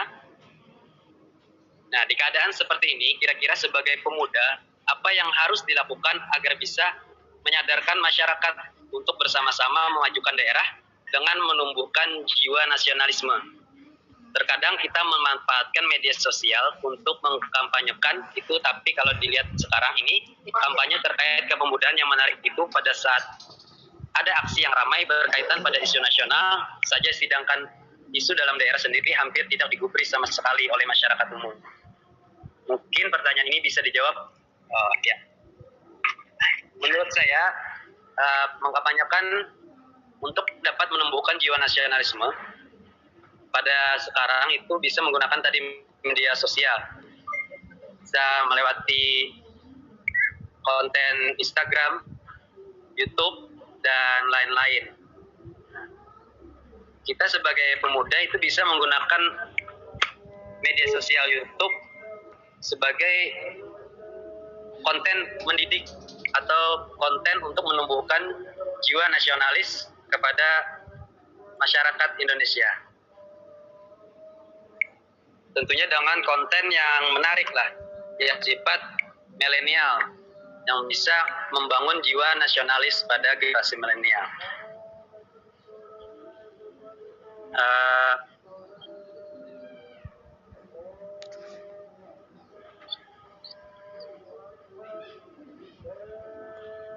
Mungkin itu dari saya, mungkin bisa ditambahkan dari narasumber yang lainnya. Terima kasih.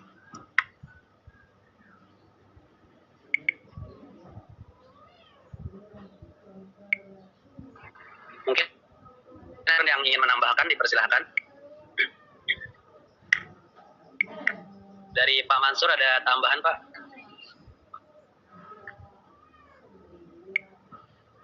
Oke, mungkin tambahan ya untuk tadi apa yang disampaikan oleh Mas Haikal berhubungan dengan pertanyaan Ibu Rini.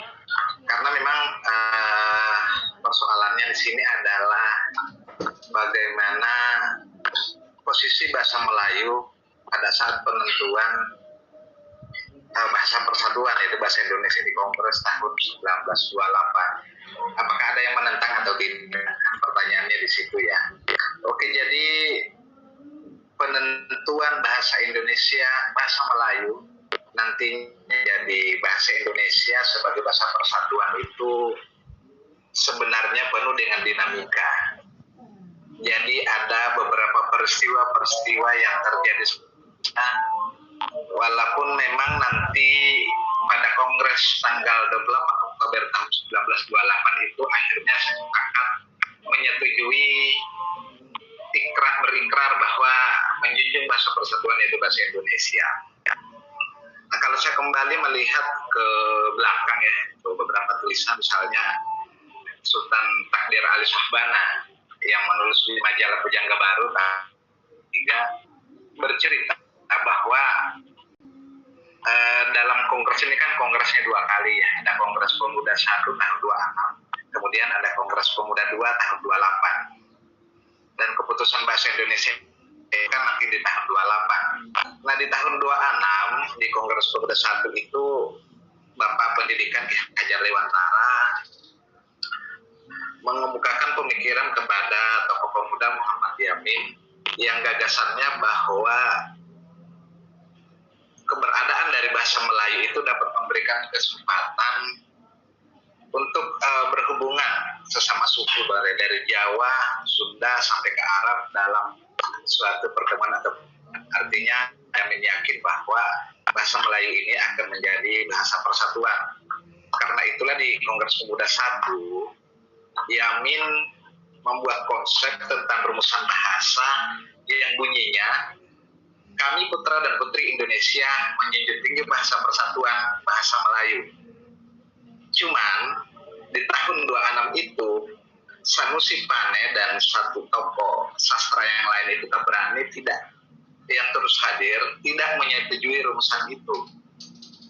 Jadi Sanusi, Pandai, dan Tabrani tidak menyetujui rumusan Yamin yang mengatakan menjunjung tinggi bahasa persatuan bahasa Melayu. Karena itulah, karena adanya sedikit permasalahan itu, diambil keputusan bahwa nantinya keputusan untuk menentukan bahasa persatuan ini akan diambil pada Kongres Pemuda yang kedua yang diadakan pada tanggal 28 Oktober tahun 28. Nah, disitulah nantinya setelah pembicaraan panjang lebar, akhirnya pada tanggal 28 Oktober 1928 digantilah penamaan itu menjadi bahasa Indonesia. Jadi yang awalnya menjunjung tinggi bahasa persatuan bahasa Melayu berubah redaksi menjadi menjunjung tinggi bahasa persatuan bahasa Indonesia. Mungkin itu jawaban ke Ibu Rini ya. Nah, kemudian satu lagi, karena ada pertanyaan penting juga, saya hanya menambahkan saja karena yang disampaikan Mas Haikal tadi sudah sedemikian bagus, bahwa kenapa bahasa Indonesia yang dipilih? Kenapa bukan bahasa Jawa yang jumlah penuturnya mayoritas Indonesia? Kenapa bukan bahasa koloni atau bahasa Belanda yang pernah menjajah Indonesia? Padahal kalau di negara lain, seperti misalnya di negara Filipina, di beberapa negara yang lain yang pernah dijajah Spanyol menggunakan bahasa Spanyol, ada yang menggunakan bahasa Portugis. Nah, di sini ada beberapa pandangan bahwa bahasa Indonesia sebenarnya secara teknis adalah bahasa Melayu modern. Cuma dalam diskusi kongres kan tidak disebut kurang sejalan dengan visi persatuan kalau menggunakan kata bahasa Melayu, sehingga digantilah bahasa Melayu atau bahasa Melayu modern itu menjadi bahasa Indonesia. Kemudian kenapa ini yang dipakai? Karena bahasa Melayu itu adalah bahasa bahasa yang bisa mempersatukan. Karena di negara kita kan banyak suku, banyak bahasa, tentunya kalau cuma mengambil satu suku tidak mungkin akan terjadi persatuan untuk merdeka. Karena itulah bahasa Indonesia dipakai. Kemudian juga bahasa Indonesia adalah bahasa pergaulan yang sudah sejak abad masa Sriwijaya abad ke-7 sudah dipakai di setiap pelabuhan. Bahkan orang Eropa pun yang berdagang ke Indonesia juga belajar bahasa Indonesia. Belajar bahasa Melayu. Orang-orang Spanyol, orang Portugis bahkan menyusun kamus supaya bisa berdagang di Nusantara itu dengan menggunakan bahasa Melayu. Mungkin itu saja dulu tambahan bagi saya, nanti terlalu panjang supaya memberikan kesempatan kepada yang lain untuk berdiskusi. Demikian jawaban tambahan saja dari saya kembalikan ke moderator. Baik, terima kasih Bapak atas tambahan jawabannya yang sangat bermanfaat. Baik, peserta sekalian, mengingat waktu kita yang sudah mendekati pukul 1 siang, pukul 13 waktu Indonesia Timur Atas, saya selaku moderator sedikit memberikan kesimpulan pada webinar kita hari ini. Pada dasarnya, sebagai seorang pemuda, terbentuknya jiwa nasionalis bagi kita, kemudian bagi generasi kita, generasi penerus bangsa kita itu sangat penting. Bagaimana dan apa yang terbentuk pada generasi penerus bangsa itu dibentuk oleh kita. Bagaimana kita sebagai generasi yang ada saat ini, bagaimana kita sebagai pemuda-pemudi yang ada pada saat ini, kita yang akan menentukan apa yang akan terjadi ke depannya. Kita yang menentukan apakah ke depannya yang terjadi adalah perubahan kepada kebaikan atau justru perubahan kepada kehancuran. Kita yang mendidik bagaimana generasi seseorang harus menjadi pemuda, harus menjadi pemudi yang nasionalis. Oleh sebab itu, saya selaku moderator juga mewakili teman-teman mengajak kepada seluruh kawan-kawan, teman-teman, para narasumber untuk mengerahkan kemampuannya agar kita dapat bersama-sama membentuk jiwa nasionalis pada generasi penerus bangsa kita, sehingga bangsa kita ke depannya tetap menjadi bangsa seperti apa yang kita inginkan dan bisa menjadi bangsa yang jauh lebih baik lagi daripada yang sebelumnya. Saya selaku moderator mengucapkan terima kasih kepada seluruh narasumber yang telah berperan aktif menyampaikan materinya yang sangat luar biasa dan telah berkenan menjadi narasumber pada kegiatan Duta Bahasa Kalimantan Selatan ini. Kemudian saya juga mengucapkan terima kasih kepada seluruh para peserta yang sudah bersedia mengikuti, menerima, dan berbagi wawasannya pada acara webinar kita kali ini. Saya Zikri Rahmadanur selaku moderator mewakili seluruh rekan yang bertugas mengucapkan terima kasih. Salah khilaf mohon maaf. Segala kesalahan berasal dari saya dan kesempurnaan hanya milik Allah. Wabillahi taufiq wal hidayah. Wassalamualaikum warahmatullahi wabarakatuh. Setelah ini kami dari panitia akan mengundi beberapa pemenang yang akan mendapatkan hadiah lawang atau door prize dari Dapur Noni. Kepada para panitia mungkin bisa dipersilakan untuk menampilkan slide undiannya.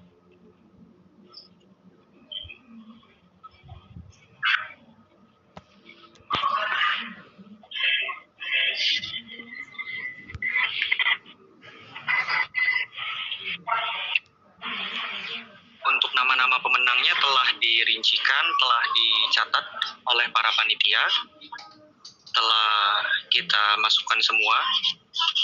Jadi panitia akan mengundi dan memilih secara acak beberapa orang pemenang yang akan mendapatkan hadiah dari pihak yang bekerja sama dengan kami pada acara ini, yaitu Dapur Neni.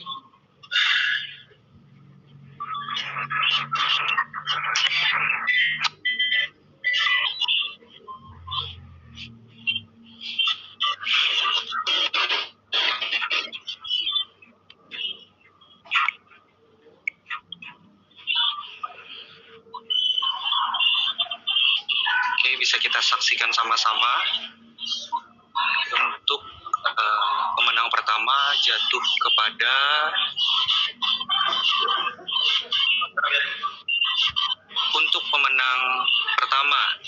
atau penanya yang beruntung pada webinar kali ini yang pertama adalah Saudara Fahrian Nur. Nantinya kepada Saudara Fahrian Nur dipersilakan untuk menghubungi para panitia atau narahubung yang sudah disediakan. Lanjut.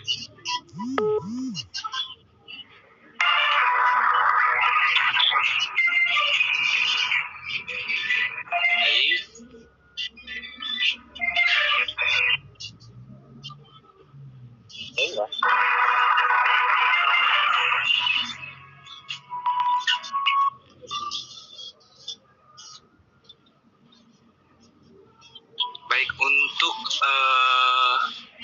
pemenang yang beruntung, penanya yang beruntung kedua jatuh kepada Saudari Erma Dayanti. Baik, kepada Saudari Erma Dayanti, setelah ini dipersilakan untuk menghubungi narahubung yang telah disediakan.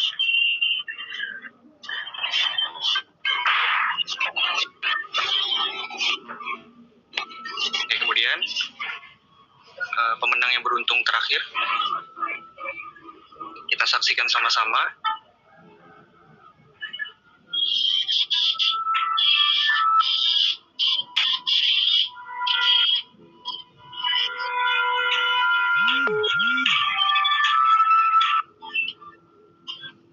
Oke, baik. Untuk penanya yang beruntung ketiga jatuh kepada Saudari Meli Alvina. Kepada Saudari Meli Alvina, setelah ini dipersilakan untuk menghubungi narahubung yang telah disediakan oleh panitia. Baik, tadi ada pesan dari Bapak Mansur, pertanyaan yang belum sempat terjawab tentang sejarah pemuda dan bahasa Indonesia bisa ditanyakan ke link ke tautan Instagram Bapak Mansur sendiri di @sejarah_banjar atau bisa mengirimkan post email ke mansur@ulm.ac.id. Mungkin kepada teman-teman yang jawabannya masih kurang puas atau masih banyak pertanyaan-pertanyaan yang ingin ditanyakan gitu kepada Bapak Mansur selaku ahli sejarah mungkin di saat kita webinar hari ini ya, mungkin bisa sekaligus diskusi santai dengan Bapak, bertanya, memperjelas lagi gitu. Mungkin saya selaku moderator mohon izin menyerahkan kepada pembawa acara. Kepada pembawa acara dipersilakan mengambil alih.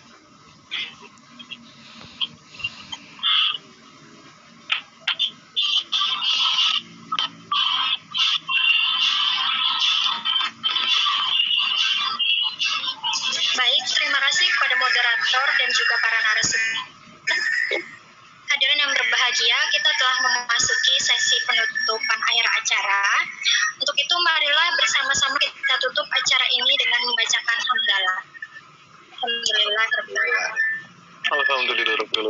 Hadirin yang berbahagia, demikian tadi seluruh rangkaian acara webinar kebahasaan dan kesastraan dengan tema untuk jiwa nasionalis pada generasi muda pada Sabtu 10 November 2020 ini. Saya Anissa Mutia Rahmah selaku pembawa acara mewakili panitia yang bertugas mengucapkan terima kasih atas segala perhatian dan mohon maaf atas segala kekurangan. Wabillahi taufiq wal hidayah. Wassalamualaikum warahmatullahi wabarakatuh.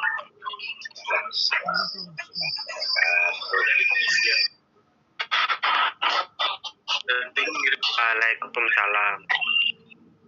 Kepada para peserta kami ingatkan sekali lagi untuk mengisi daftar hadir peserta dan juga data diri untuk piagam sertifikat webinar.